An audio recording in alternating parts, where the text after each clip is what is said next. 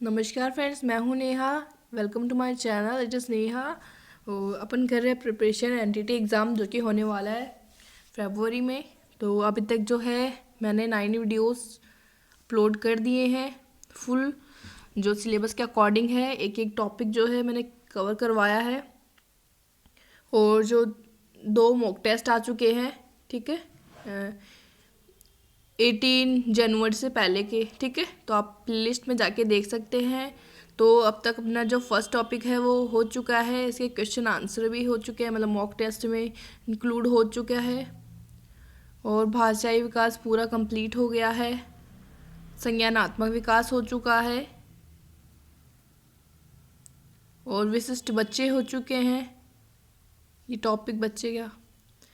अब जो सबसे इम्पॉर्टेंट टॉपिक है एक टीचर बनने के लिए, चाहे एनटीटी के टीचर बनने के लिए, एक जो अधिगम है या सीखने सिखाने की प्रक्रिया, या फिर सीखना, अधिगम क्या है, अधिगम के सिद्धांत क्या हैं, और कि इन सिद्धांतों को कैसे अप्लाई करेंगे पढ़ाने में, और उनकी जो क्या क्या है, इनको इनके यूजेस क्या हैं इन सिद्धांतों के, वो जो सबसे इम्पॉर्टेंट है।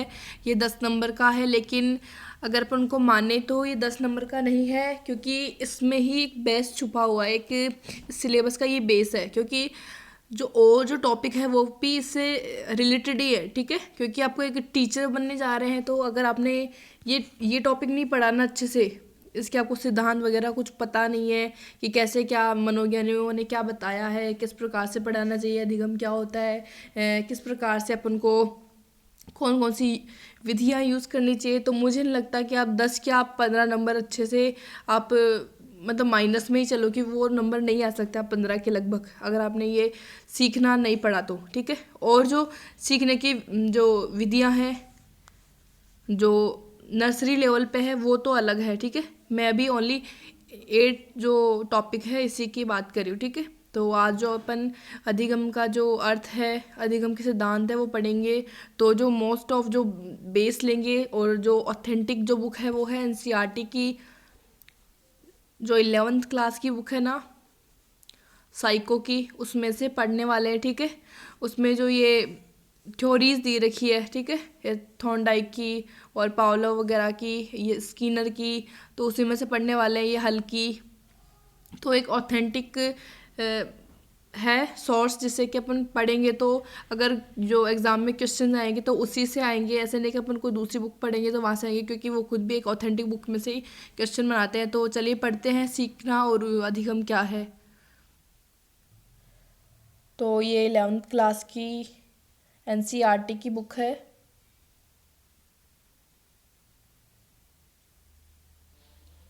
ठीक है। तो ये जो बुक का कंटेस्ट है, तो उसमें यहाँ पे ये रहा अधिगम, ठीक है। तो 6 चैप्टर है। अधिगम का जो अर्थ है वो सीखने से लिया जाता है, ठीक है। अधिगम मतलब उसको सीखना बोल सकते हैं, लेकिन सीखना है वो ऐसा होना चाहिए कि जैसे अपन ने कुछ सीखा है तो अपने जो बिहेवियर में सच में कुछ चेंज आना चाहिए। ऐसा नहीं है कि अपन ने कुछ सीख भी लिया है लेकिन अपन जो चीज़ है वो अप्लाई नहीं कर पा रहे हैं, ठीक है। तो उसकी जो एक डेफिनेशन है वो ये है, अधिगम को हम अनुभव के कारण व्यवहार में अथवा व्यवहार की क्षमता में होने वाले अपेक्षाकृत स्थायी परिवर्तन के रूप में परिभाषित कर सकते हैं, ठीक है। और इसमें बता रखा है कि जैसे आपने देखा होगा कि कुछ परिवर्तन के लिए, जैसे अब किसी के इंसान को जो है नींद नहीं आ रही है तो वो दवाई ले लेता है नींद की, ठीक है। तो उसको उस दिन तो नींद आ जाती है, लेकिन क्या दूसरे दिन भी उसको नींद आ जाएगी बिना अगर वो दवाई लिए। तो यही है कि अगर जो दवाइयाँ हैं उनसे एक थोड़े देर के लिए जो है परिवर्तन हो जाएगा कि हाँ उसको नींद आ जाएगी, उसका बिहेवियर चेंज हो जाएगा कि हाँ उसको नींद आ रही है। लेकिन अगर वो डेली एक टाइम पर सोता है कि वो 6 बजे सोता है, अगर वो डेली कंटिन्यू उसी टाइम सोता जाएगा ना, तो एक दिन कैसा आएगा कि उसको 6 बजे तो मतलब सोना ही है, ऐसी आदत पड़ जाएगी उसकी, ठीक है। तो उसी प्रकार की, जैसे मुझे लिखना नहीं आता, जैसे क्या लिखना नहीं आ रहा मुझे, ठीक है, मैं ऐसे करके ऐसे क्या लिख रही हूँ, ठीक है। जब मैंने सीखा, ठीक है, मैं बार बार जैसे मैंने प्रैक्टिस की कि हाँ ऐसे करके, फिर मैं धीरे धीरे यूँ, फिर अच्छे से मैं बनाना सीख गई, ठीक है। जैसे ये बना दिया, तो ये क्या है, जब मैं ऐसा बनाती थी लेकिन फिर मैंने और प्रैक्टिस की तो अभी मेरा व्यवहार है एक क्या बनाने का, तो मैं ऐसा सही बना रही हूँ, मेरे बिहेवियर में जो है वो चेंज आया है, तो यही अधिगम है। ठीक है। और जो अधिगम की विशेषताएं हैं, जो अधिगम होता है उसमें किसी न किसी प्रकार का जो है वो अनुभव सम्मिलित रहता है। ठीक है। ये बिना अनुभव के नहीं होता है। हम एक घटना को बहुत बार एक निश्चित क्रम में घटित होते हुए अनुभव करते हैं। ठीक है। हम जान जाते हैं कि अमुक घटना के तुरंत बाद दूसरी निश्चित घटनाएं होंगी। उदाहरणतः छात्रावास में उदाहरण है ये, तो आप इसे समझ जाएंगे कि सूर्यास्त के बाद घंटी बजने से छात्र समझ जाते हैं कि अब भोजनालय में रात का खाना तैयार हो गया है। किसी चीज़ को एक विशेष तरीके से करने के बाद बार बार प्राप्त संतुष्टि का अनुभव हमें उसको उसी प्रकार करने की आदत डाल देता है। ठीक है। कभी कभी केवल एक बार किया गया अनुभव भी अधिगम के लिए पर्याप्त होता है। जैसे दिया सलाई जलाते समय अगर तीली रगड़ते ही किसी बच्चे की अंगुली जल जाती है, तो वह एक बार में के अनुभव से ही सीख जाता है कि दिया सलाई का जो उपयोग है करते समय सावधानी बरतनी चाहिए। जो ये विशेषता है वो जो अधिगम के सिद्धांत दिए हैं पावलव ने स्कीनर से, तो उन्हीं के सिद्धांतों से है जो इनकी विशेषताएं बनी है। उन्हीं के जो उन्होंने जो प्रैक्टिकल के करके बताए हैं कि भाई ऐसे मैंने इस पे जो पावलन ने था जो कुत्ते पे किया था एक प्रयोग, और जो स्किनर थे था वो चूहे पे और सफ़ेद कबूतरों पे किया था। उसके बाद जो उनके पास जो रिजल्ट आए थे उनके बाद ये विशेषताएं बनी है। ठीक है। कि कई बार एक बार में सीख जाता है, कई बार उसको बार बार प्रैक्टिस करनी पड़ती है। ठीक है।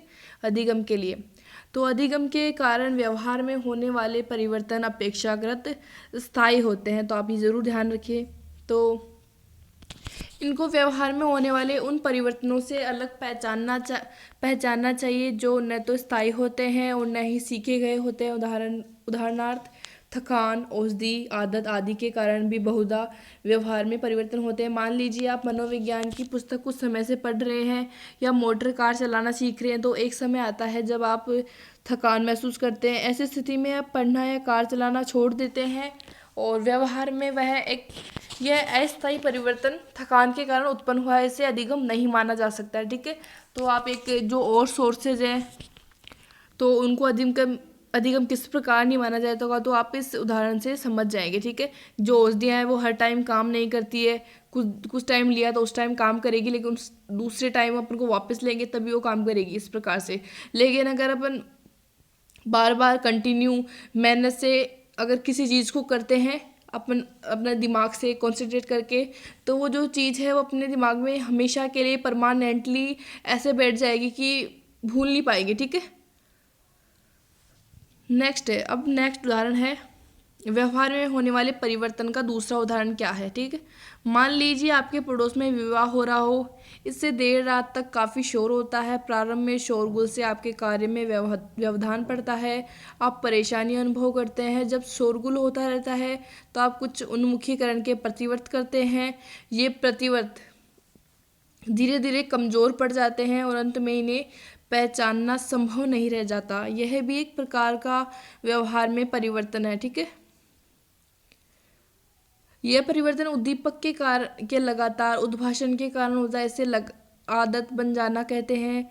यह परिवर्तन अधिगम के कारण नहीं है। आपने देखा होगा कि अनेक प्रकार के मादक द्रव्यों के सेवन के परिणाम स्वरूप व्यक्ति की दैहिक क्रियाएं प्रभावित हो जाती है, जिनसे व्यवहार में परिवर्तन उत्पन्न हो जाता है। ये परिवर्तन अस्थायी होते हैं और मादक द्रव्य का प्रभाव समाप्त होने पर समाप्त भी हो जाते हैं। ठीक है।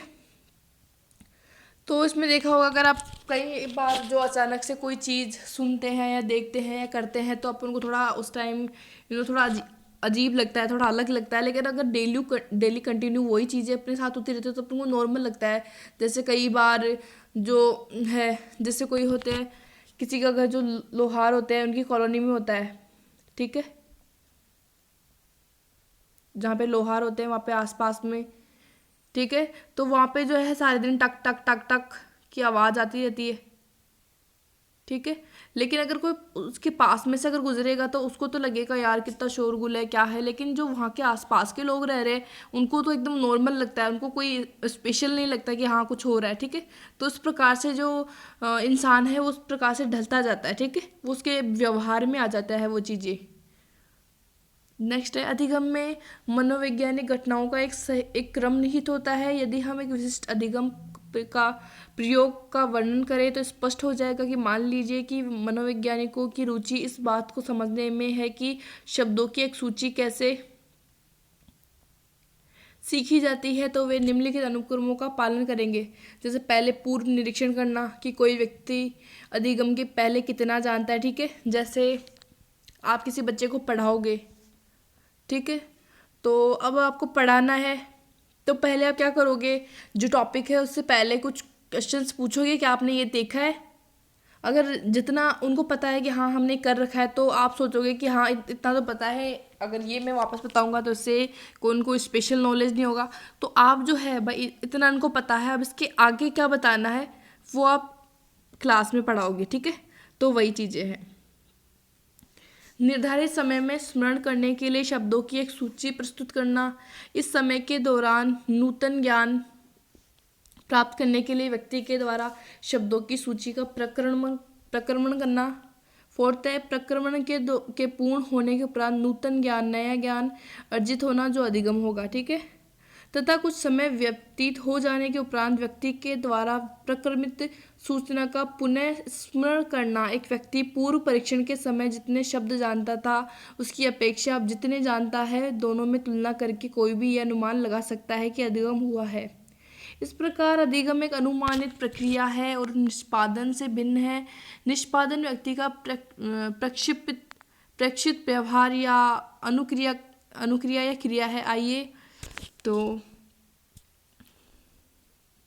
अब अपन पढ़ने वाले हैं अधिगम के प्रतिमान। ठीक है, प्रतिमान किसको बोलेंगे, जैसे कोई मॉडल है किसी चीज़ का। ठीक है, तो क्या क्या है इसके प्रतिमान, कौन कौन से सिद्धांत है जिनको अपन ने एक प्रतिमान के रूप में ले रखा है। तो पहला है जो है वो प्राचीन अनुबंधन, क्लासिकल कंडीशनिंग, ये है पावलोव ने दिया था। ठीक है, रशियन ये मनोवैज्ञानिक थे। तो दूसरा है क्रिया प्रसूत, ऑपरेंट इंस्ट्रूमेंटल कंडीशनिंग, ये स्कीनर ने दिया था। इसके बारे में भी डिटेल पढ़ेंगे डिटेल में। नेक्स्ट है प्रेक्षणात्मक अधिगम, ये बॉन्डुरा ने दिया था। इसको सामाजिक अधिगम भी कहते हैं। संज्ञानात्मक जो है वो पियाजे का भी है। इसके बारे में अपन पहले पढ़ चुके हैं, लेकिन एक बार और पढ़ लेंगे कि अधिगम में किस प्रकार की जो यूसेज है वो क्या है।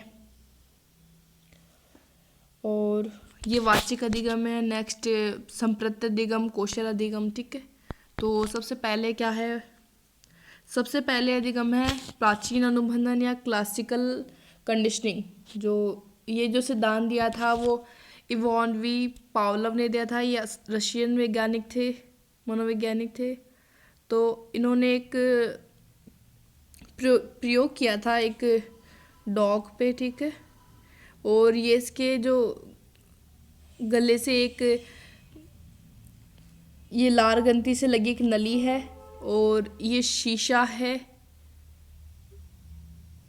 और ये भोजन है। इसको देख के जो लार टपकाएगा तो किस प्रकार से अनुबंधन करेगा ये। ठीक है, और ये लार मापने के लिए कितनी लार माप रहा कि कितनी लार आ रही है, जब भोजन आ रहा है उस टाइम उसको कितनी लार आ रही है, या भोजन नहीं आ रहा है तो आ रही है नहीं आ रही, या भोजन के बाद उसको कितनी लार आ रही है। ठीक है, और ये लार को मापने का भी लेकिन और उनको ये जो उपकरण है। ठीक है, तो ये किस प्रकार से प्रयोग किया था, तो इसका जो प्रयोग है वो अपन पढ़ेंगे कि पावलोव का जो उद्देश्य था इस प्रयोग को करने का वो एक पाचन क्रिया के रिगार्डिंग था, कि उनको पाचन क्रिया के लिए ये प्रयोग करना था। लेकिन ये अधिगम में भी बहुत एक अच्छी भूमिका निभा गया। जैसे कैसे कि उन्होंने अपने एक अध्ययन के दौरान देखा कि जिन कुत्तों पर वे प्रयोग कर रहे हैं वे अपने भोजन की खाली प्लेट को देखते ही लार स्राव करने लगे हैं। ठीक है, जैसा कि आप जानते होंगे भोजन या मुंह में कुछ होने पर लार स्राव क्रिया होना एक स्वाभाविक प्रतिवर्त अनुक्रिया है। इस प्रक्रिया को विस्तार से समझने के लिए पावलोव ने एक प्रयोग किया। ठीक है, तो प्रयोग आ रहा है, उन्होंने दोबारा कुत्तों पर प्रयोग किए प्रयोग के पहले चरण में एक कुत्ते को एक बॉक्स के अंदर शिकंजे में कस दिया और उसे कुछ समय के लिए इस प्रकार रहने दिया गया। कई दिनों तक इस क्रिया को बार बार किया गया। इसी दौरान शल्य क्रिया द्वारा कुत्ते के जबड़े में एक नली, जैसी वो नली बताई गई थी ना, ये नली इस प्रकार फिट कर दी गई कि मुंह में निकलने वाली लार उस नली से होते हुए शीशे के एक मापन ग्लास में एकत्र हो जाए। ठीक है। प्रयोग के दूसरे चरण में कुत्ते को भूखा रखने के पश्चात शिकंजे में कस दिया गया, मतलब पिंजरे में। नली का एक सिरा जबड़े में और दूसरा शीशे के जार में रखा गया। इसके बाद घंटी बजाई गई। उसके तुरंत बाद उसे खाने के लिए भोजन मांस चूर्ण दे दिया गया। उसको जो भोजन है वो मांस था। कुत्ते को भोजन करने दिया गया। अगले कुछ दिनों तक उसे हर बार घंटी की ध्वनि के बाद मांस चूर्ण प्रदान किया जाता था। तो कौन सी घंटी के बाद? तो जो घंटी की ध्वनि के बाद दिया जाता था, जो उसको भोजन दिया जाता था। इस प्रकार के कई प्रयासों के पश्चात एक प्रयास किया गया जिसमें हर प्रक्रिया पूर्ववर्ती सिवाय इसके कि इस प्रयास में कुत्ते को घंटी बजाने के बाद भोजन नहीं दिया गया। ठीक है। कुत्ता मांस पूर्ण प्राप्ति की आशा में ध्वनि की घंटी सुनने के बाद लार टपकाता रहा, क्योंकि घंटी के साथ साथ भोजन का संबंध था। ठीक है। क्योंकि उसको पता था कि जैसे ही घंटी बजेगी मेरा भोजन आएगा। क्योंकि जब तक कि जो पावलव था वो जब भी भोजन देता था तो वो पहले घंटी बजाता था। इससे कि जो डॉग था उसके दिमाग में एक सीरियल वाइज एक चीज़ बन गई थी कि हाँ पहले घंटी बजेगी उसके बाद मेरा खाना आएगा। ठीक है। जैसे आपके भी कुछ होगा कि जैसे कई बार होता है ना कि मंदिर की घंटी इतने बजे बजती है तो उनको लग जाता है कि हाँ भाई 7 बज गए हैं, कि हाँ अब आरती होने लग गई इस प्रकार से। या फिर कई कि अब तो स्कूल में है तो इतने बजे इंटरवल हो गई, चलो अब तो खाना खाना है। ठीक है। तो इस प्रकार से एक सेट हो जाती है एक प्रकार की क्लॉक कि हाँ अब ये काम हो गया, इसके बाद क्या काम होने वाला है। तो इसी प्रकार से एक डॉग के दिमाग में भी एक बैठ गया था कि पहले घंटी बजेगी ना तो बस मेरा खाना आने वाला है। तो इसी चक्कर में उसकी क्या लार आनी स्टार्ट हो गई। तो घंटी और भोजन के बीच इस साहचर्य के फलस्वरूप घंटी की ध्वनि के प्रति कुत्ते द्वारा लार के स्राव के रूप में प्रदर्शित एक नई अनुक्रिया की प्राप्ति हुई। इसे अनुबंधन कहा गया। ठीक है। तो आपने देखा होगा कि कुत्ते को जब भोजन दिया जाता है तो वह लार टपकाने लगता है, तब भोजन अनुबंधित उद्दीपक है। ठीक है। अनकंडीशनड स्टिमुलस है। ठीक है। क्योंकि जो भोजन है, अगर भोजन है तो उसके लिए कोई अनुबंधन की नीड नहीं है। अगर अपन उनको कुत्ता जो है वो भोजन को देखे किसी भी बिना अनुबंधन के लार टपका देगा। लेकिन अगर कुछ दूसरी चीज़ देंगे उसको, जैसे अगर उसको पत्थर रख देंगे तो बिल्कुल भी किसी भी मामले में वो वहाँ पे जो लार नहीं टपकाएगा। लेकिन अगर अपन करेंगे पहले पत्थर रखेंगे, उसके 2 सेकंड बाद ही अगर अपन को उसको भोजन दे देंगे ना तो धीरे धीरे धीरे धीरे काम होता जाएगा। तो वो एक दिन जब पत्थर रखेंगे तो उसके ऐसा अनुबंधित हो जाएगा उस चीज़ के कि भाई तब पत्थर आ गया तो ये क्या है कि लार टपका देगा। तो अपन को लगेगा कि ये पत्थर की वजह से लार टपकाया, लेकिन नहीं, उसका जो लार टपकाने का जो प्रोसेस है वो एक चीज़ से जुड़ा हुआ है कि उसको लगता है कि जैसे पत्थर आया ना उसके बाद मेरा भोजन आएगा। ठीक है। उसी प्रकार से उसने पावलव ने है जो घंटी के साथ उसका जो अनुबंधन कर दिया कि पहले वो घंटी बजाएगा उसके बाद उसका खाना आएगा, जिससे कि वो घंटी से भी अनुबंधित हो गया कि मैंने घंटी बजा दी तो भी वो लार टपकाएगा। अनुबंधन के बाद घंटी की ध्वनि की उपस्थिति में लार का स्राव होने लगता है। घंटी अनुबंधित उद्दीपक होती है। हाँ ये अनुबंधित है, क्योंकि अगर घंटी के साथ किसी को अनुबंधन करवाना है तो बार बार वही चीज़ रिपीट करवानी होगी। ठीक है।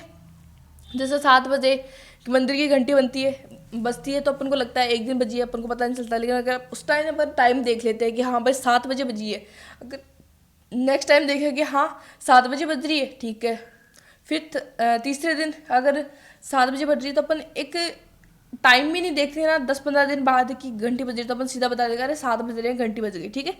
इसी प्रकार से एक अनुबंधन हो जाता है। क्या उस घंटी का काम है क्या टाइम बताना का? क्या उस रिंग का जो काम है क्या घंटी बजाएगी, टाइम बताएगी? तो उसी प्रकार से उस जो घंटी है उसका काम नहीं है एक लार निकलवाना, लेकिन वो क्या है कि अनुबंधित हो गया है, उसको ऐसे लगने लगा है कि जैसे ही मेरी जो ये घंटी बजी है उसके बाद मेरा खाना आने वाला है। तो उसके बाद है लार का स्राव, अनुबंधन अनुक्रिया है। इस प्रकार के अनुबंधन को प्राचीन अनुबंधन कहते हैं, इसको क्लासिकल कंडीशनिंग कहते हैं। और ये उस कुत्ते के साथ ही नहीं, ये किसी प्रकार से क्रियाओं से रिलेटेड हो सकती है, जैसे मैंने और भी उदाहरण बताए हैं। तो ये स्पष्ट है कि प्राचीन अनुबंधन में अधिगम की स्थिति में दो उद्दीपकों घंटी की ध्वनि तथा भोजन के बीच साचर्य स्थापित होता है, और एक उद्दीपक घंटी की ध्वनि और दूसरे उद्दीपक भोजन। ठीक है, पहला उद्दीपक कौन सा है? उद्दीपक है कि किसी उद्दीपक वो चीज होती है, आप उद्दीपक का जरूर ध्यान रखिए कि उद्दीपक क्या है। उद्दीपक को ऐसे माने कि वो चीज जो अपन को उकसाए कुछ काम करने के लिए, ठीक है ना, कि होता है ना कोई मोटिवेशन है, तो वो भी एक प्रकार का उद्दीपक ही है अपन को उकसाने के लिए, किसी चीज़ को करने के लिए। तो उद्दीपक जो है कुछ काम को उकसाने के लिए किया जाता है, तो ये उद्दीपक कहलाता है। ठीक है, उद्दीपक को अभिप्रेरणा के रूप में माना जा सकता है। यहाँ एक उद्दीपक दूसरे उद्दीपक के घटित होने की संभावना को दर्शाता है। ठीक है, कि पहले एक उद्दीपक होता, घंटी बजेगी, उसके बाद जो है वो दूसरा उद्दीपक आएगा, खाना। तो मनुष्य के दैनिक जीवन में प्राचीन अनुबंधन के अनेक उदाहरण मिलते हैं, जैसे मैंने बताया है। जैसे आप कल्पना कीजिए, आप खाना खाकर अभी तृप्त हुए हैं, तभी आप देखते हैं कि बगल की मेज पर एक मिठाई परोसी गई है, आपके मुंह में अपने स्वाद का संकेत देती है और लाल स्राव आरंभ हो जाता है।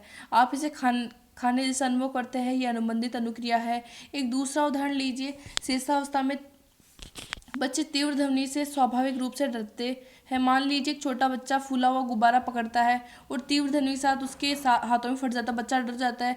जब अगली बार उसे गुब्बारा पकड़ाया जाता है तो उसके लिए यह तीव्र ध्वनि का संकेत बन जाता है कि क्या पता अभी फट जाएगा, तो उसको डर लगने लग जाता है। ठीक है, भय की अनुक्रिया उत्पन्न करता है। और अनुबंधित उद्दीपक CS कंडीशनल स्टिमुलस के रूप में गुब्बारे एवं अनुबंधित उद्दीपक US अनकंडीशनल स्टिमुलस के रूप में तीव्र ध्वनि के साथ प्रस्तुत किए जाने के कारण ऐसा होता है।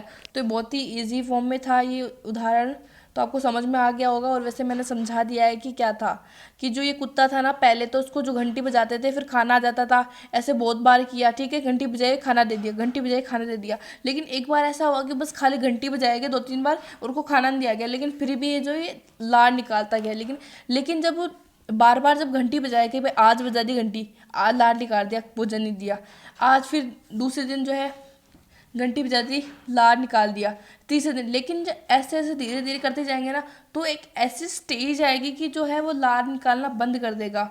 उसी प्रकार से है कि अगर अपन पढ़ रहे हैं बार बार बार बार बार बार, तो अपन को क्या है कि वो रिवाइज होता जाएगा, अपन को याद होता जाएगा। लेकिन एक चीज़ है कि अपन उस चीज़ से बहुत दूर बहुत दिनों तक अगर संपर्क में ही नहीं आते हैं, उसको याद ही नहीं करते हैं, तो एक दिन ऐसा आता है कि अपन उस चीज़ को भूल जाते हैं, चाहे अपन ने उसको याद करने के लिए पहले कितनी ही मेहनत की हो, कितना ही रिवाइज किया हो। ठीक है ना, तो आपने देखा होगा कि अपने 10th क्लास में 12th क्लास में बहुत बार जो बुक है उसको कितनी बार रिवाइज किया दिया होगा आपको। एक चैप्टर तो ऐसा होगा कि आपने बहुत रिवाइज किया होगा, लेकिन अब जो है आप उससे दूर हो गए, तो आपको जो उसी प्रकार से जैसे कुत्ते के साथ हुआ कि वो धीरे धीरे अपनी जो दोबारा जो घंटी के साथ भी ला रहे हैं, वो जो है निकालना बंद कर दिया। उसी प्रकार से हम भी जो है बहुत दिनों बाद दूर हो जाते हैं, तो वो काम जो याद है वो भूल जाते हैं। तो जो ये लार जो निकालना जो बंद कर देता है उसको क्या बोलते हैं? विलोपन की अवस्था बोलते हैं। ठीक है, कि विलोप हो गया है। ठीक है, अब है ये उसने पावलोव ने अनुबंधन के चरण बताए हैं। ठीक है, तो उद्दीपक की प्रकृति, अनुक्रिया की प्रकृति तो किस प्रकार से है। तो अनुबंधन के पूर्व जो है वो US भोजन और घंटी और फिर लाल स्राव, तो इनका बताया है। अनुबंधन के पश्चात जो खाली घंटी बजाता है और लेकिन लार आ जाती है।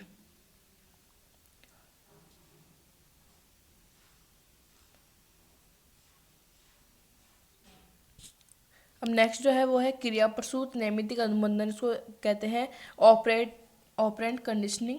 ठीक है, ये BF स्किनर ने दी थी इसकी टर्म, तो इसका प्रयोग भी इन्होंने ही किया है, स्किनर ने। तो क्या है इसके बारे में? क्रिया प्रसूत वे व्यवहार या अनुक्रियाएं हैं जो जानवरों और मानवों द्वारा ऐच्छिक रूप से प्रकट की जाती हैं और उनके नियंत्रण में रहती हैं। क्रिया प्रसूत पद का उपयोग किया गया है क्योंकि प्राणी पर्यावरण में सक्रिय होकर कार्य करता है। क्रिया प्रसूत व्यवहार का अनुबंधन क्रिया प्रसूत अनुबंधन ऑपरेंट कंडीशनिंग कहलाता है। ठीक है, स्किनर ने क्रिया प्रसूत अनुबंधन में संबंधित अपने तो इन्होंने जो एक भूखे चूहे पे प्रयोग किया था। ठीक है, और जिस बॉक्स में चूहे को बंद किया गया था उसको स्किनर बॉक्स कहते हैं। ठीक है, तो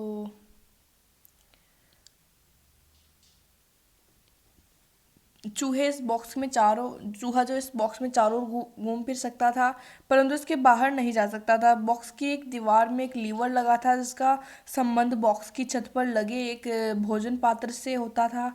लीवर के नीचे एक प्लेट भी रहती थी। जब लीवर को दबाया जाता था तो भोजन पात्र से एक निश्चित मात्रा में भोजन निकलकर प्लेट में गिर जाता था। जब चूहा पहली बार भोजन में रखा गया तो लीवर दबाकर भोजन प्राप्त कर लिया, तो मालूम नहीं था कि इसलिए वह भूख से परेशान होकर बॉक्स में इधर उधर घूमने लगा और दीवारों में पंजों से खरोचने लगा। अन्वेषी व्यवहार था ये। इस प्रकार खोजबीन करते हुए संयोग से एक बार उससे लीवर दब गया, तो लीवर के दबते ही प्लेट में खाना गिर गया और चूहे ने उसे खा लिया। अगले प्रयास में कुछ क्षणों के पश्चात एक अन्वेषी व्यवहार प्रारंभ हुआ।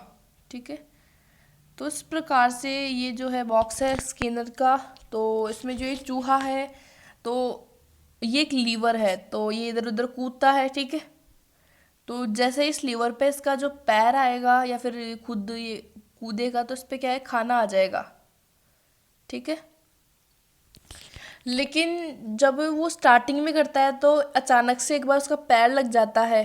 ठीक है, तो कि वो जो खाना है वो आ जाता है, लेकिन धीरे धीरे क्या है कि वो थोड़ी और कम क्रियाएं करता है, फिर वो अचानक से वो यहाँ पे पैर रखने लग जाता है। तो आगे की क्रियाएं क्या है देखते हैं।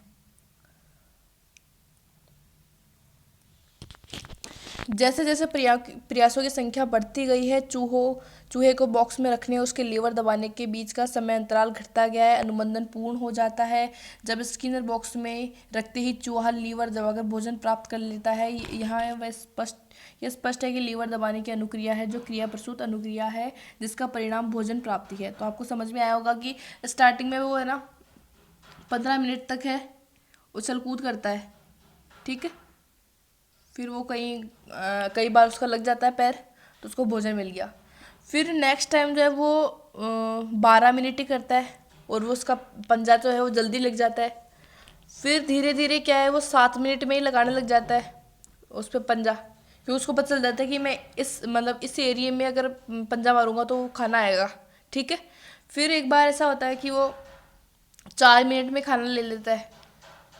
फिर एक दिन ऐसा आता है कि वो 1 मिनट में, और उसमें लास्ट में ऐसा पता चल जाता है कि इसको दबाने से, इस पर्टिकुलर चीज़ को दबाने से खाना आएगा। ठीक है, तो लास्ट में जो उसकी जो ये टाइमिंग थी, जो ड्यूरेशन थी कि वो कैसे वो खाना प्राप्त करता था, किन किन क्रियाओं से कितना टाइम लेता था, वो जो है वो कम हो गया है। ठीक है, वो एक अनुबंधन बन गया है कि यहाँ पे पैर लगाना है, दबाना है लीवर और ये खाना आ जाएगा। ठीक है, तो इस प्रकार का जो अनुबंधन दिया था ऑपरेंट कंडीशनिंग जो दी थी क्रिया प्रसूत क्रियाओं के द्वारा जो बार बार जो अनुक्रिया हो जाती है, वो किसने दिया था, स्किनर ने दिया था। तो आप ज़रूर याद रखें क्योंकि कई बार सीधा सा पूछ लिया जाता है कि जो क्रिया प्रसूत अनुबंधन है वो किसने दिया है, तो स्किनर ने दिया है। ठीक है, BF स्किनर। तो लीवर दबाने की अनुक्रिया भोजन प्राप्त करने का निमित्त है। इस प्रकार के अधिगम को नैमित्तिक अनुबंधन भी कहा जाता है। हम अपने जीवन में नैमित्तिक अनुबंधन के अनेक उदाहरण मिलते हैं। घरों में बच्चे अपनी माँ के न रहने पर मिठाई के लिए उस स्थान को खोजने का प्रयास करते हैं जहाँ जार में मिठाई छिपा कर रखी जाती थी और मिठाई खा लेते हैं। बच्चे जिससे कुछ पाना चाहते हैं अत्यंत विनम्रता से बात करते हैं। विभिन्न प्रकार के यंत्रों जैसे रेडियो, कैमरा, टीवी आदि को चलाना हम नैमित्तिक अनुबंधों के सिद्धांतों के आधार पर ही सीखते हैं। तो आपसे पूछ सकते हैं कि अपन जो रेडियो, कैमरा वगैरह अगर बच्चा चलाने के लिए इच्छुक है तो किस प्रकार का अनुबंधन का जो है वो यूज़ करेगा, तो वो है नैमित्तिक अनुबंधन। ठीक है, और नेक्स्ट है अपने वांछित उद्देश्य को पाने के लिए मनुष्य नैमित्तिक अनुबंधन द्वारा बहुत से कार्य संपादित करने वाले संक्षिप्त तरीके सीख लेते हैं। ठीक है, अब जो है वो जो क्रिया प्रसूत के जो अनुबंधन के निर्धारक है वो क्या है? तो अधिगम का एक प्रकार है यह अनुबंधन क्रिया प्रसूत। इसके परिणाम से व्यवहार को सीखा जाता है, बनाए रखा जाता है अथवा इसमें परिवर्तन किया जाता है। ऐसे परिणाम को प्रबलक रिफोर्सर कहा जाता है। प्रबलक ऐसा कोई दीपक या घटना है जो किसी वांछित अनुक्रिया के घटित होने की संभावना को बढ़ाता है। तो प्रबलक किसे कहेंगे? प्रबलक जो है एक लालच है या फिर पुनर्बलन है। पुनर्बलन को कैसे कहेंगे? जैसे किसी बच्चे ने आंसर दिया कि सही आंसर दिया तो अपन उसको बोलेंगे अच्छा है बेटा, बहुत बढ़िया, और आपने सही जवाब दिया, ठीक है, ऐसा बोलेंगे। तो ये क्या है? एक पुनर्बलन है, ठीक है। इसी प्रकार से किसी भी चीज़ को करने के लिए, जैसे एक कंपटीशन है उसमें प्राइज मनी है जैसे 1000, ठीक है, तो लोग जो है उसकी तरफ एक आकर्षित होते हैं कि ये मुझे प्राइज़ लेना है, तो उसके लिए मेहनत भी करते हैं। तो वो किस चीज़ के लिए जो है आकर्षित हो गए? 10,000 के लिए, और वो उस कंपटीशन को पार्ट करते हैं और उसको फाइट करते हैं, ठीक है। तो ये क्या है? एक प्रबलक है। तो आप समझ रहे होंगे जो ये रीइंफोर्समेंट की जो टर्म दी है वो हल ने दी है, जो प्रबलन का सिद्धांत है वो हल ने दिया है, लेकिन जो अप्लाई किया है किसी सिद्धांत में तो वो किया है स्किनर ने। तो आप ये बात जरूर ध्यान रखें, जो प्रबलन का सिद्धांत है रीइंफोर्समेंट का, वो तो सिद्धांत दिया है CH हल ने, क्लार्क H हल ने। तो लेकिन जो उसको अप्लाई किया है, पुनर्बलन देना चाहिए हर बच्चे को। कोई बच्चा अगर अच्छा कर रहा है तो उसको ज़रूर पुनर्बलन देना चाहिए, हाँ ठीक है, अच्छा है, बढ़िया है, इस प्रकार से। और कई बार जो पुनर्बलन इन्होंने बताया है वो 2 प्रकार का होता है, एक सकारात्मक है, एक नकारात्मक भी है। जैसे कई बार बच्चे शैतानियाँ करते हैं, अगर कुछ गलत व्यवहार करें तो उस प्रकार से अपन किस प्रकार से नकारात्मक पुनर्बलन देंगे। तो ये 2 प्रकार का होता है, सकारात्मक भी होता है, नकारात्मक भी होता है, ठीक है। तो इस प्रकार से प्रबलन के बारे में दिया गया है। और ये प्रबलन के जो यूसेज हैं वो एक टीचिंग लाइन में बहुत ही ज़्यादा इम्पॉर्टेंट है, क्योंकि एक टीचर है और टीचर और स्टूडेंट के बीच में जो रिलेशन है कि कैसे कोई बच्चे को उसको मोटिवेट करना है, तो ये एक जो पुनर्बलन देना है, रीइंफोर्समेंट है, वो एक बहुत ही कारगर है। अब नेक्स्ट है प्रबलन की जो मुख्य विशेषताएं हैं वो धनात्मक, ऋणात्मक या सकारात्मक या नकारात्मक हो सकती हैं। तो वही है ये संख्या, आवृत्ति, गुणवत्ता, उच्च निम्न, अनुसूची, सतत आदि हैं इसके जो कि संख्या बार बार हो सकती है, गुणवत्ता में किस प्रकार की हो सकती है। अनुबंधन की जाने वाली अनुक्रिया या व्यवहार का स्वरूप दूसरा कारक है जो इस प्रकार के अधिगम को प्रभावित करता है। अनुक्रिया के घटित होने और प्रबलन के बीच का अंतराल भी क्रिया प्रसूत अधिगम को प्रभावित करता है। तो प्रबलन के प्रकार हैं ये। प्रबलन धनात्मक ऋणात्मक दोनों होता है, ठीक है। धनात्मक प्रबलन जिस नैमित्तिक अनुक्रिया से प्राप्त होता है उसे दृढ़ करता है, उसे बनाए रखता है। धनात्मक प्रबलन आवश्यकताओं की पूर्ति करते हैं, जिसमें भोजन, पानी, ये तमगा, प्रशंसा, तमन्ना होगा, ये धन, प्रतिष्ठा, सूचनाएं आदि शामिल है। ऋणात्मक प्रबलन में अप्रिय, पीड़ादायक उद्दीपक होते हैं। प्राणियों की ऐसी अनुक्रियाएं जो उन्हें पीड़ादायक उद्दीपकों से छुटकारा दिलाती है, उन्हें उनसे दूर रहने के लिए, बस निकलने के लिए पथ प्रदर्शन करती है, ऋणात्मक प्रबलन प्रदान करती है। इस प्रकार ऋणात्मक प्रबलन परिहार अनुक्रिया अथवा पलायन अनुक्रिया करना सीखते हैं। उदाहरण के लिए दुखदायी ठंड से बचने के लिए व्यक्ति ऊनी कपड़े पहनना, लकड़ी जलाना, बिजली के हीटर का उपयोग करना सीखता है। व्यक्ति का खतरनाक उद्दीपकों से दूर भागना, इस प्रकार से।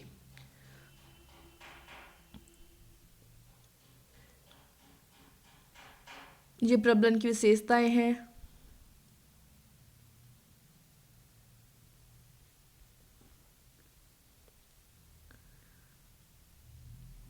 अब है नेक्स्ट प्रेक्षणात्मक अधिगम, ठीक है, कि प्रेक्षण करके, ऑब्जर्व करके देखना है अपन को कि कैसे अधिगम होता है। तो इसका जो सिद्धांत दिया था वो बेंडूरा ने दिया था, ठीक है। तो उसका जो ये तो बहुत बड़ा है, मैं इसको ब्रीफ में बता देती हूँ। इन्होंने एक बोबोडोल यूज़ की थी, उसका बोबोडोल नाम था। तो पहले जो है वो बोबोडोल को बच्चों के सामने लाते हैं और जो डॉल है उसको पिटाई कर देते हैं बच्चों के सामने लाके, ठीक है। मारते करते जो भी है डॉल के साथ ऐसा कुछ करते हैं। लेकिन जब वो सर नहीं होते चले जाते हैं जो बंडूरा है, लेकिन जब वो चले जाते हैं तो बच्चे जो हैं उन उस डॉल के साथ भी वैसा ही करते हैं, उसको वो मारते हैं करते हैं ऐसे करके। और फिर एक बार होता है कि वो उस डॉल को जो है वो अच्छे से रखते हैं, बातें करते हैं, उसको खिलाते हैं, ऐसे डॉल की तरह बिहेव करते हैं, ठीक है। तो जब वो देखते हैं बाद में बच्चे उसके साथ कैसा व्यवहार कर रहे हैं, तो बच्चे वैसा ही कर रहे हैं, ठीक है ना। बच्चे भी जैसे सर करके गए थे कि हाँ कि उसको भी खिला रहे हैं, दुला रहे हैं, खेल रहे हैं उसके साथ, तो उस प्रकार का है कि इन्होंने बताया है कि जो अधिगम है वो सामाजिक होता है, अपन जो देखते हैं उस प्रकार का जो क्या हो रहा है वैसा ही अपन कॉपी करके वैसी चीज़ अपन शो करते हैं, ठीक है। तो इन्होंने बताया कि जैसा बच्चा देखेगा वैसा ही वो सीखेगा, वैसा ही वो करेगा। तो इन्होंने जो अधिगम को बताया वो एक मॉडलिंग के तौर पे बताया कि जिस प्रकार का मॉडल अपन उस बच्चों के सामने डालेंगे, कोई जैसे अगर किसी चोर का मॉडल डालेंगे तो वो बच्चा जो है उसके दिमाग में एक चोरी की भावना ये आएगी कि हाँ भाई मुझे इस प्रकार से ये काम करना, चोरी करनी है। तो तो ये मॉडलिंग है कि जिस प्रकार के मॉडलिंग अपन देंगे उन बच्चों को, या तो वो उस प्रकार के कार्य करेंगे उसी।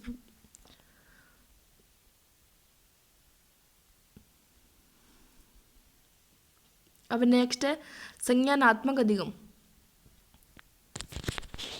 जैसे कुछ मनोवैज्ञानिक अधिगम को उन संज्ञानात्मक क्रियाओं के रूप में देखते हैं जो अधिगम के मूल में होती है। उन्होंने अधिगम के ऐसे उपागम विकसित किए हैं जो इन प्रक्रियाओं पर फोकस करते हैं जो अधिगम करते समय घटित होती है, न केवल ऐसा या ऐसे संबंधों पर ध्यान केंद्रित करके जैसा कि प्राचीन एवं क्रिया प्रसूत अनुबंधन में किया जाता है। तो संज्ञानात्मक अधिगम में सीखने वाले व्यक्ति के क्रियाकलापों के बजाय अन्य ज्ञान में परिवर्तन आता है। अंतर्दृष्टि अधिगम एवं अन्य अधिगम के में इस प्रकार का अधिगम परिलक्षित करते हैं। अंतर्दृष्टि सिद्धांत ये है कोहलर का सिद्धांत, इन्होंने जो है एक चिंपैंजी पे किया था प्रयोग। अंतर्दृष्टि सिद्धांत है, ठीक है।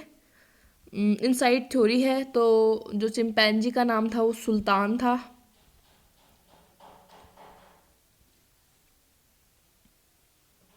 जो ये कोहलर है वो एक गेस्टाल्टवादी है, जो इन्होंने जो गेस्टाल्टवाद का जो एक मतलब एक टैग लाइन है कि पूर्ण से अंश की ओर है।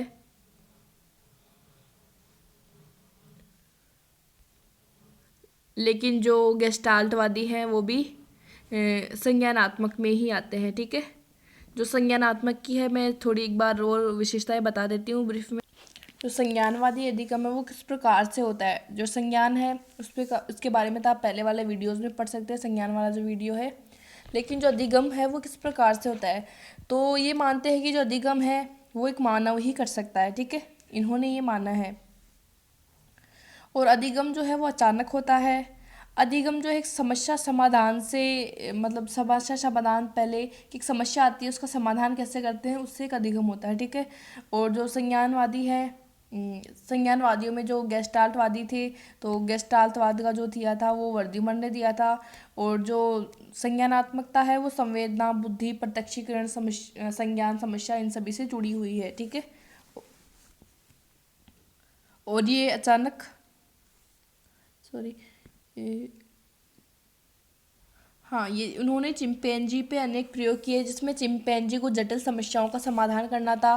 कोहलर ने चिंपैंजी को एक बंद खेल क्षेत्र में रखा जहाँ भोजन था लेकिन चिंपैंजी की पहुंच से बाहर था। उस खेल क्षेत्र में कुछ उपकरण जैसे डंडे तथा बॉक्स भी रख दिए गए थे। चिंपैंजी ने तेजी से बॉक्स पर खड़े होना या डंडे से भोज्य पदार्थ की ओर को अपनी ओर खिसकाना सीख लिया। इस प्रयोग में अधिगम प्रयास प्रयत्न त्रुटि तथा प्रबलन के परिणाम स्वरूप गठित नहीं हुआ, ठीक है, बल्कि अकस्मात अंतर्दृष्टि दीप्ति द्वारा घटित हुआ।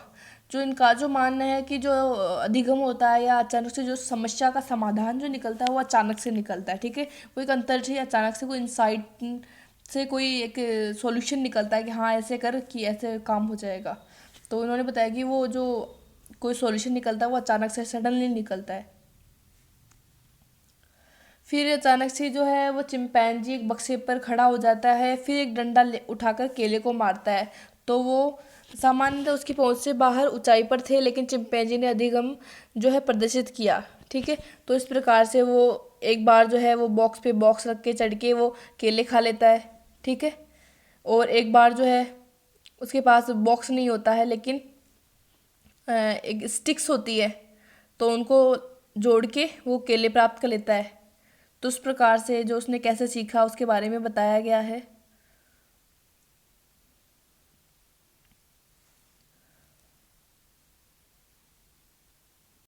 अब ये जो सिद्धांत है वो थार्नडाइक का है, तो इन्होंने जो है वो प्रयास एवं त्रुटि का सिद्धांत दिया है। तो कैसे कि अपन बार बार जैसे गलतियां करते जाते हैं, लेकिन उससे क्या है कि अपन को एक प्रयास हो जाता है और उन त्रुटियों से ही अपन सीख के एक कम त्रुटियां करके फिर एक बार अपन ऐसे यूज टू हो जाते हैं उस चीज़ के कि अपन प्रॉपर कर लेते हैं उस चीज़ को। तो जो थार्नडाइक ने है कि बिल्ली पे जो है प्रयोग किया है, एक बिल्ली को वो एक पिंजरे में बंद कर देते हैं और वहाँ पे एक जो गेट होता है उसका, इस पिंजरे का, और उसका एक कई लीवर होता है, ठीक है। और उस लीवर पे जैसे ही बिल्ली का पंजा या पैर आएगा तो वो गेट खुल जाएगा और वो बिल्ली।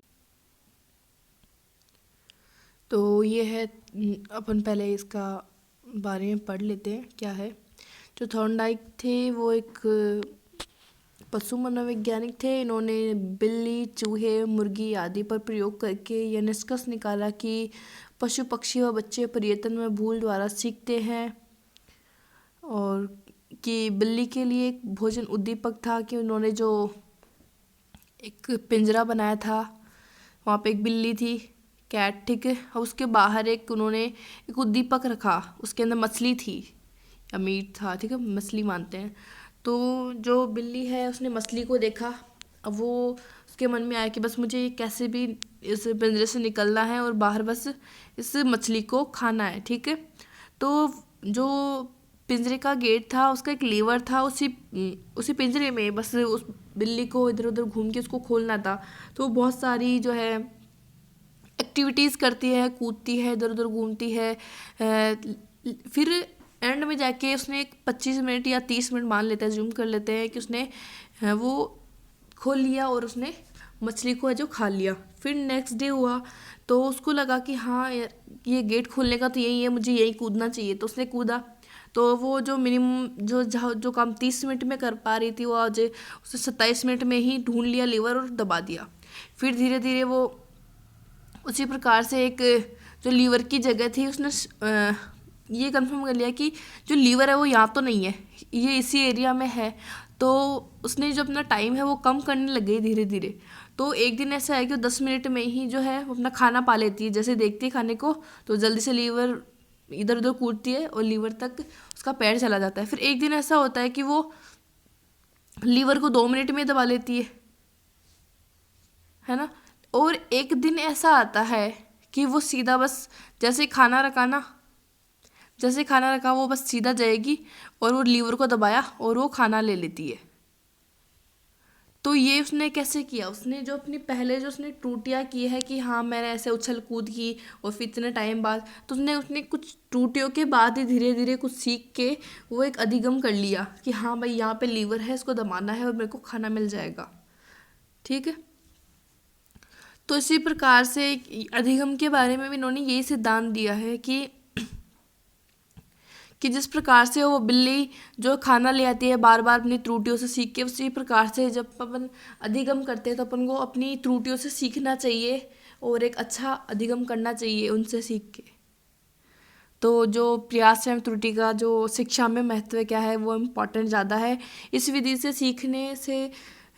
सीखने की क्रिया सरल हो जाती है। यह सिद्धांत करके सीखने पर बल देता है जो कि आधुनिक समय में बहुत उपयोगी है। यह सिद्धांत बड़े तथा मंद बुद्धि बालकों के लिए बहुत उपयोगी है। भाषा में शुद्ध उच्चारण वैसी विधि से सीखता है, ठीक है। इस विधि से अनुभव से लाभ उठाने की क्षमता का विकास करता है। इस सिद्धांत से धैर्य व क्षमता के गुणों का विकास होता है। चलना, साइकिल चलाना, गणित के प्रश्न हल करना, कलाकृति बनाना आदि सभी में सिद्धांत का विशेष महत्व है। हम अपने दैनिक कार्य में सिद्धांत का बहुत प्रयोग करते हैं, ठीक है। जो थार्नडाइक है उन्होंने जो सीखने के जो नियम दिए हैं वो 3 तो जो है वो मुख्य नियम है और 5 उन्होंने गौण नियम दिए हैं। पहला जो नियम है तत्परता का नियम,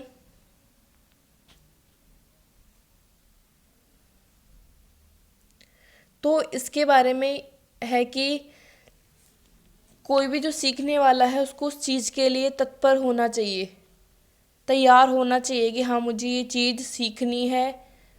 अगर वो तैयार नहीं है तो उसको सिखाई नहीं जा सकती है कोई चीज़। बच्चे को सिखाना है, बच्चा जब तक तैयार नहीं होगा उस चीज़ को सीखने के लिए अपन नहीं सिखा सकते हैं। जैसे कि किसके लिए एक लाइन बोली जाती है कि घोड़े को पानी तक ले जाया जा सकता है, लेकिन उसे पानी पीने के लिए बाध्य नहीं किया जा सकता, क्योंकि उसको प्यास लगेगी तभी वो पानी पिएगा। ठीक है, तो आपको ये जो इसका मुख्य नियम है वो पता चल गया होगा, याद हो गया होगा। बहुत ही इम्पॉर्टेंट है, याद करना है अच्छे से और अपने डेली रूटीन में लाना है, उसको कोरिलेट करना है। नेक्स्ट जो है जो मुख्य नियम है वो है अभ्यास का नियम। कोई भी चीज़ सीखते हैं उसका जब तक अपन कोई अगर पढ़ा है तो उसके लिए रिवाइज नहीं करेंगे, कोई चीज़ करी है तो उसका जब तक अपन प्रैक्टिस नहीं करेंगे, अभ्यास नहीं करेंगे, वो चीज़ क्लियर नहीं होगी। क्योंकि अभ्यास ही जो है वो एक बहुत इम्पॉर्टेंट है किसी चीज़ को एक परमानेंटली सीखने के लिए।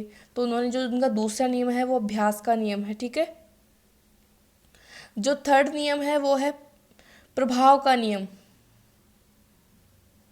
प्रभाव का नियम ऐसे है कि जो बच्चे ने पहले सीखा है, जो उसकी पहले की सफलताएं, जो उसने जो पहले कुछ काम किए हैं, तो उनका जो असर आएगा उनसे भी वो कुछ सीखता है। कोई नई चीज़ करने जा रहा है तो जो पहले उसने सीखा है उसी का प्रभाव पड़ेगा। जैसे किसी चीज़ के बारे में सिखाएंगे तो उसके बारे में उसको पहले जो नॉलेज होगी उसका प्रभाव जो उसकी नेक्स्ट नॉलेज में पड़ेगा। तो ये प्रभाव का सिद्धांत है। ये 3 सिद्धांत है मुख्य, और जो इन्होंने गौण सिद्धांत दिए हैं तो वो पहला है बहुप्रतिक्रिया,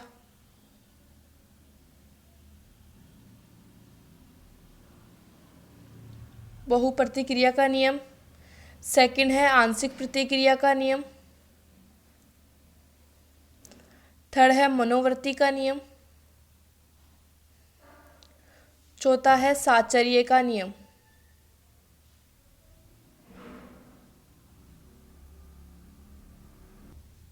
और जो फिफ्थ है वो है आत्मीकरण का नियम। ठीक है, अब जो फर्स्ट है उसके बारे में समझ लेते हैं क्या है।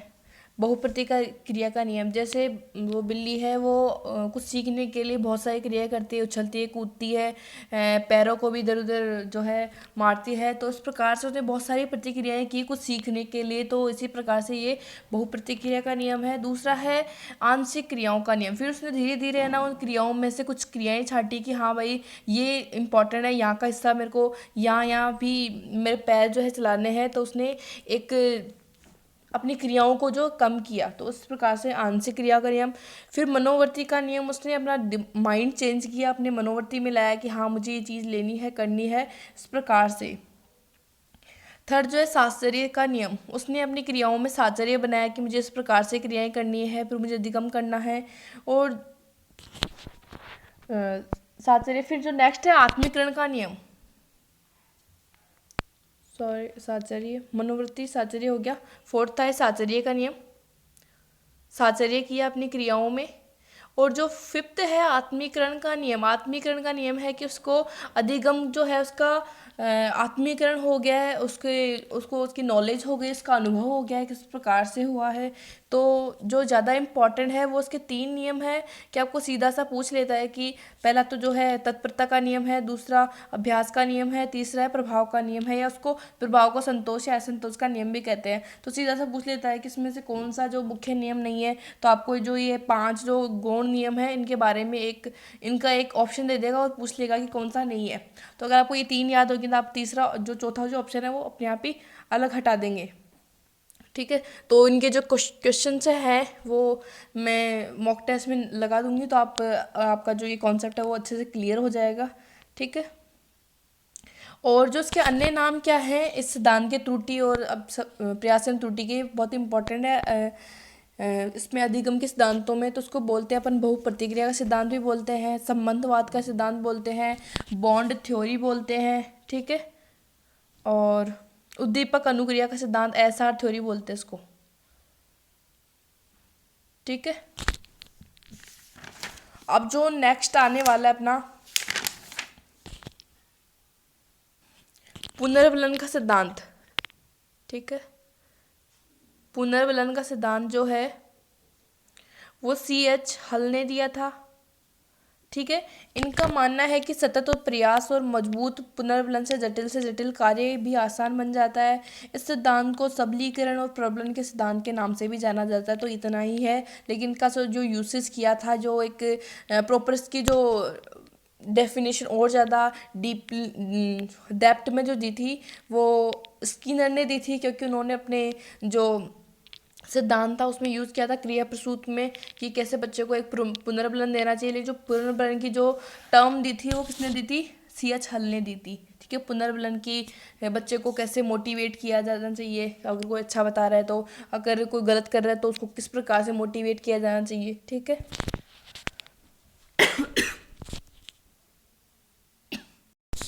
अब जो इम्पोर्टेंट है वो है अधिगम अंतरण क्या है, ठीक है।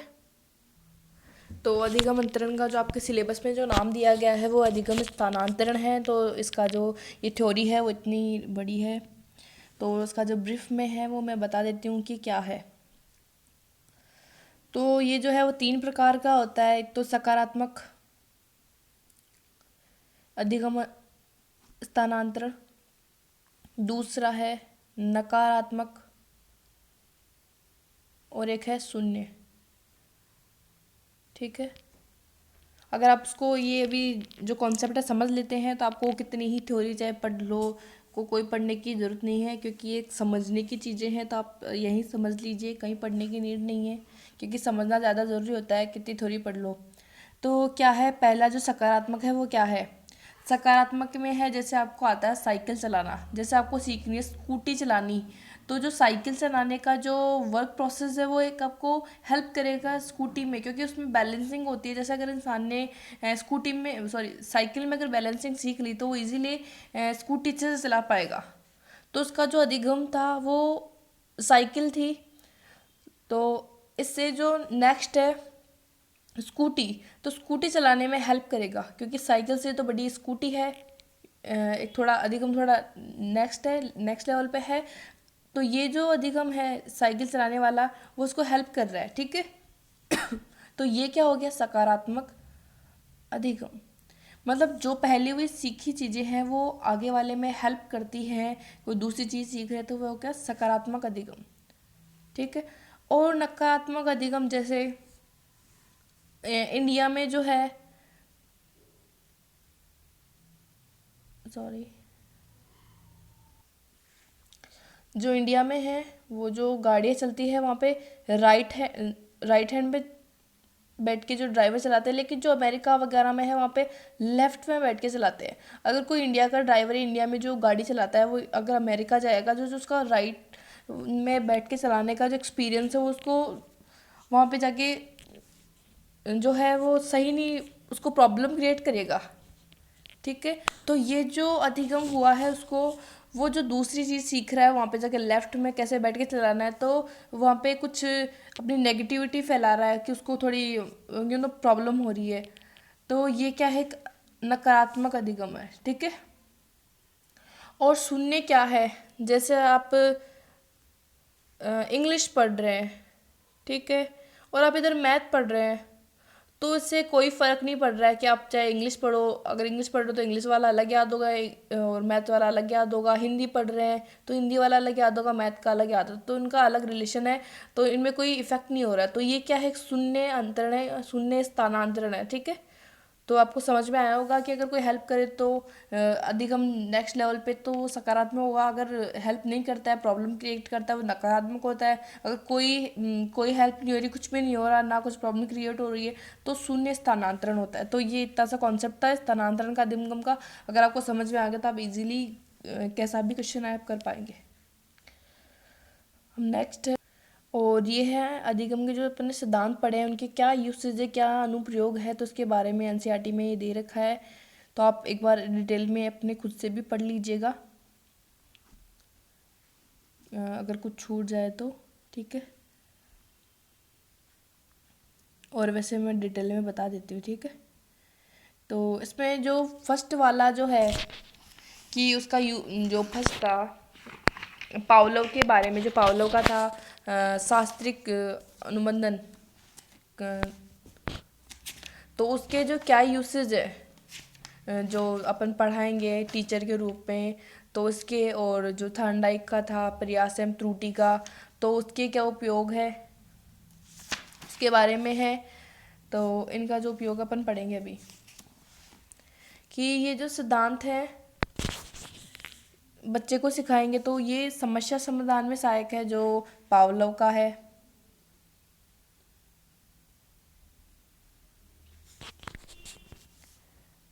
और पाठ्यक्रम का जो निर्माण है वो इसी के द्वारा किया जाता है, ठीक है। और विज्ञान, गणित और व्याकरण जैसे कठिन विषयों को सीखने में भी ये सिद्धांत का उपयोग है, ठीक है। और जो थॉर्नडाइक वाला है उसके जो क्या उपयोग है, तो उसके बारे में अपन पढ़ने वाले हैं। तो जैसे कि बच्चे को तत्पर होना चाहिए, अभ्यास कराते रहना चाहिए, पहले के अनुभव से उसे सिखाना चाहिए, ठीक है। तो ये जो है ये पुनरावृत्ति पर बल देता है। जो इनका थॉर्नडाइक का सिद्धांत है कि बार बार उसको प्रैक्टिस करो, अभ्यास करो और बच्चे को तत्पर बनाओ, पहले के प्रभाव से सिखाओ। जो उनके 5 गौण नियम हैं उनको यूज़ करने पे जोर देता है। और जो बांडुरा का था कि बच्चा जो देखेगा वही सीखेगा, उसको किस प्रकार की चीज़ें दिखानी है, किस प्रकार के मॉडल के सामने लाने हैं, उस प्रकार से है। और जो प्रबलन वाला है कि बच्चे को हर टाइम एक पुनर्बलन मिलना चाहिए, कोई भी काम कर रहा है जैसे कि वो मोटिवेट हो, इस प्रकार से। तो आपका एनटीटी के लेवल पे इतना कोई ज़्यादा पूछा नहीं जाएगा, बस आपको पता होना चाहिए कि अपन किस प्रकार से यूज़ कर सकते हैं बच्चों के लिए। अगर आपको ये जो सिद्धांत है वो भी अगर अच्छे से समझ में आ गए तो आपको अच्छे से इनका यूज़ कर पाओगे। और ये जो सिद्धांत है, स्थानांतरण है, अधिगम के बारे में जो भी कॉन्सेप्ट अपन ने पढ़ा है वो आपके दिमाग में थोड़ा तो आया हो, लेकिन जो ये कॉन्सेप्ट क्लियर होंगे, जब तक आप इनके क्वेश्चंस नहीं करेंगे तब तक आपके इनके जो कॉन्सेप्ट है वो क्लियर नहीं होंगे। तो इसके लिए आपको जो है जल्दी ही जो है मॉक टेस्ट प्रोवाइड करवा दिए जाएंगे। तो अभी जो नेक्स्ट आने वाला है आपका जो मैं करवाऊंगी उसमें अधिगम के जो मोस्ट आस्क जो क्वेश्चन है प्रीवियस पेपर्स में वो इंक्लूड होंगे, और जो सारे सिद्धांतों के रिगार्डिंग, और जैसे कैसे इनके यूज़ होंगे, कैसे इनकी एप्लीकेशन होगी, उनके रिगार्डिंग सारे जो क्वेश्चन है वो आने वाले हैं। अगर आपने ये वीडियो देख लिया है या और कहीं से पढ़ा है तो आप जब तक ये क्वेश्चन कर लेंगे, जैसा भी आपको स्कोर होता है, किस प्रकार से आप क्वेश्चन से डील करोगे तो वो मैटर करता है। तो अगर आपने अच्छे से पढ़ा है तो आप क्वेश्चंस इजीली कर पाओगे और ज़्यादा आपके कॉन्सेप्ट क्लियर होंगे। अगर आपको ये वीडियो पसंद आई है तो प्लीज़ सब्सक्राइब करें एंड लाइक एंड शेयर करें। और उसके बाद जो है अपन पढ़ने वाले हैं अभी प्रेरणा और रुचि और उत्प्रेरण जो बच्चा है उसके बारे में डिटेल स्टडी करेंगे, क्योंकि अभी प्रेरणा एक इम्पॉर्टेंट है। और आप एक नर्सरी जो है टीचर ट्रेनिंग पे नर्सरी लेवल के टीचर बनने वाले हों तो अभी प्रेरणा जो है बहुत ही इम्पॉर्टेंट है, क्योंकि एक वो बेस होती है बच्चों को, वहीं से एक ही एक मोटिवेशन स्टार्ट की जाती है कि कैसे उनको जो पढ़ाई के लिए, स्टडी के लिए आगे जाना है। तो अभी प्रेरणा से रिगार्डिंग जो आपको अच्छे से जो कॉन्सेप्ट है वो क्लियर करके जाना है, ताकि आप जो हो एग्ज़ाम में जो स्कोर करोगे बहुत अच्छा करोगे, ठीक है। तो जल्दी ही इस पे वीडियो आने वाली है और शाम तक हो सकेगा तो एक मॉक टेस्ट भी आएगा, तो आप अच्छे से पढ़ें और उसको रिवाइज़ करें, ठीक है। ओके, और कैसी लगी आपको वीडियो तो ज़रूर कमेंट करके बताएं। Thank you.